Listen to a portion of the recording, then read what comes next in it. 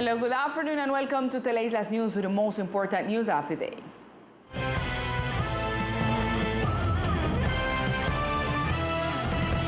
The command of the National Police, the commander of the archipelago, Maria Elena Gomez, delivered a report on the events that occurred during this holiday weekend, where several arrests were recorded for various crimes.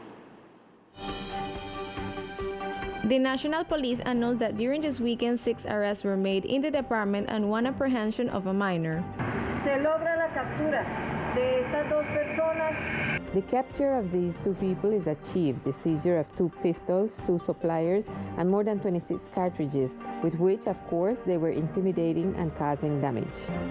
One of these people, more precisely Mr. Ian Hernando Hernandez Barrios from the neighborhood of Las Palmas, and who last night was carrying a pistol and several cartridges, is related to a homicide in the Santa Ana neighborhood on December 8th of the previous year. In the same way, the other individual that was with him was Sherwin McNish Steele. This person also have antecedents. 2 cases of domestic violence and 3 arrests with court orders was also reported. A person who was causing harm, hitting his partner and continuously causing injuries to an elderly lady, 72 years old. They were causing her injuries. That is why the model reacted. Thanks to that, the capture of this individual was achieved. When the stepfather corrects this young lady and calls her attention, she immediately reacts in an intolerant manner and causes injuries and physical aggressions against her stepfather. We have achieved the capture of 3 people by court order, 1 for homicide, another for aggravated theft, and another for drug possession and trafficking, all 3 with criminal records.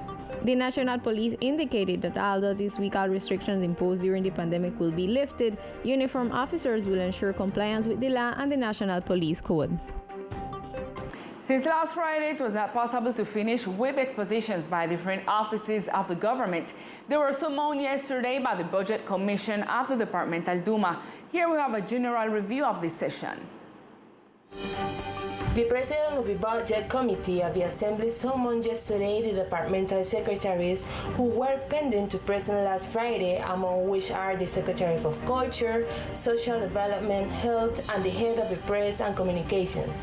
In this regard, the Secretary of Finance gave an assessment of yesterday's meeting and how today's meeting is progressing. Yesterday, 3 secretaries were heard, answering the questions raised by the deputies, and the issues of the pot is still pending in order to provide the details that Deputy Nicholas wants.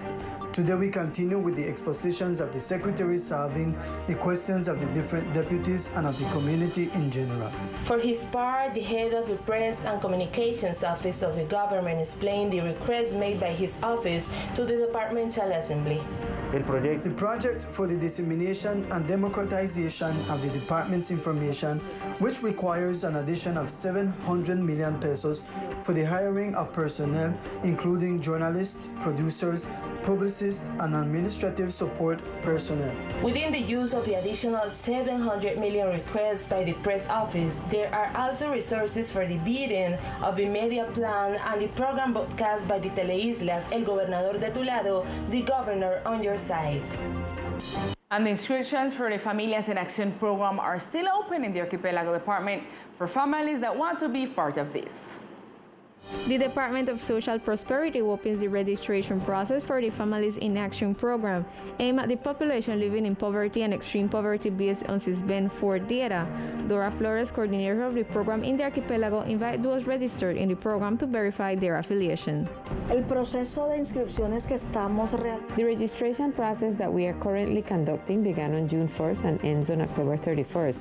There are 5 months where people have enough time to come to the office, check if their name is on the list, and go to the Cajasay offices to complete the registration process. It is only necessary to bring a copy of your ID card enlarged to 150%, a photocopy of the birth certificate or identity card of the minor in addition to the original documents. The Department for Social Prosperity, the departmental government, and the program Families in Action is inviting the entire community of San Andres to come to the Families in Action offices to check the list. If your name is on the list, we will gladly make your registration process. Inscriptions for the Family in Action program began on June 1st and end on October 31st.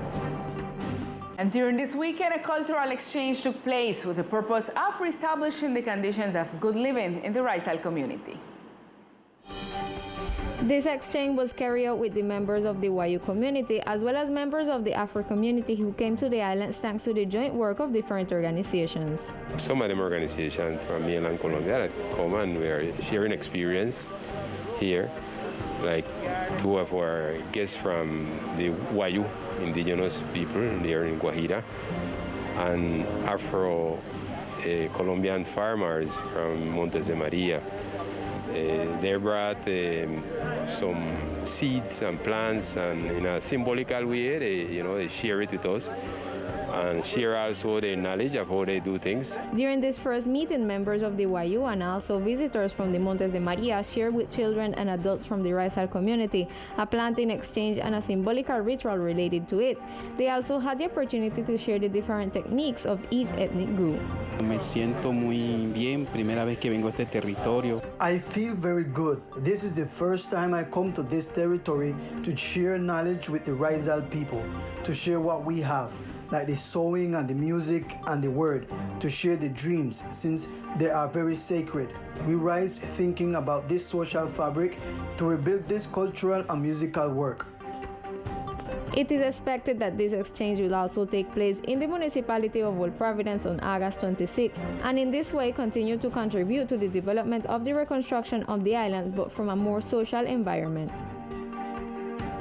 In order to reduce the rates of domestic violence, specifically towards children and adolescents, the departmental government, through the Secretariat of Government, will launch the Positive Discipline Strategy. Positive discipline is a strategy that seeks more than anything to make parents, caregivers, and children aware of how a child should be treated, either in homes or in different scenarios, bearing in mind that this is a case that is currently active in the department. We designed a strategy based on a more assertive discipline to educate our children and young people in a more effective way. Let's remember that the figures of domestic violence in the country are quite high, and what we want is to reduce that figure, and we will do it through this strategy called positive discipline. But what is an assertive discipline all about? Disciplina positiva se trata un poco. Positive discipline is to educate with more affection and assertiveness. In addition, it is to be more empathetic and more respectful. That respect we want as a parent, similarly we should also extend it to our children. We can't ask for what we don't give. This project is being designed in alliance with the national government so that this action plan can be implemented in all departments to work to reduce domestic violence. Many institutions are supporting this project in the department. The launching of this will take place in the auditorium of the Coral Palace at 3 p.m. in the afternoon. And in order for you to know how the islands are progressing in terms of COVID cases and their vaccination, we bring you the following report. The islands are progressing with no death from COVID-19, which the department's top health officials attribute to the vaccination figures. Also, according to reports from the National Health Institute, as of August 15, there are a total of 6,782 total cases with the virus, of which 8 are active.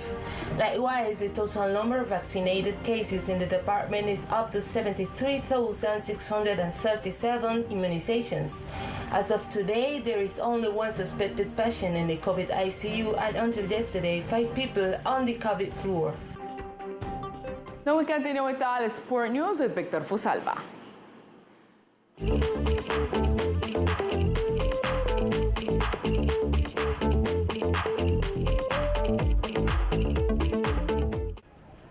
Hello, here are the best sports of the islands. The handball selection is preparing for the next presentation in the national tournament. With a view of the next presentation of the national tournament in the city of Bogota, the handball team of the archipelago is training under coach Jonathan Rubio directives. The president of the Handball League, Leonardo Garibello, gives us more details.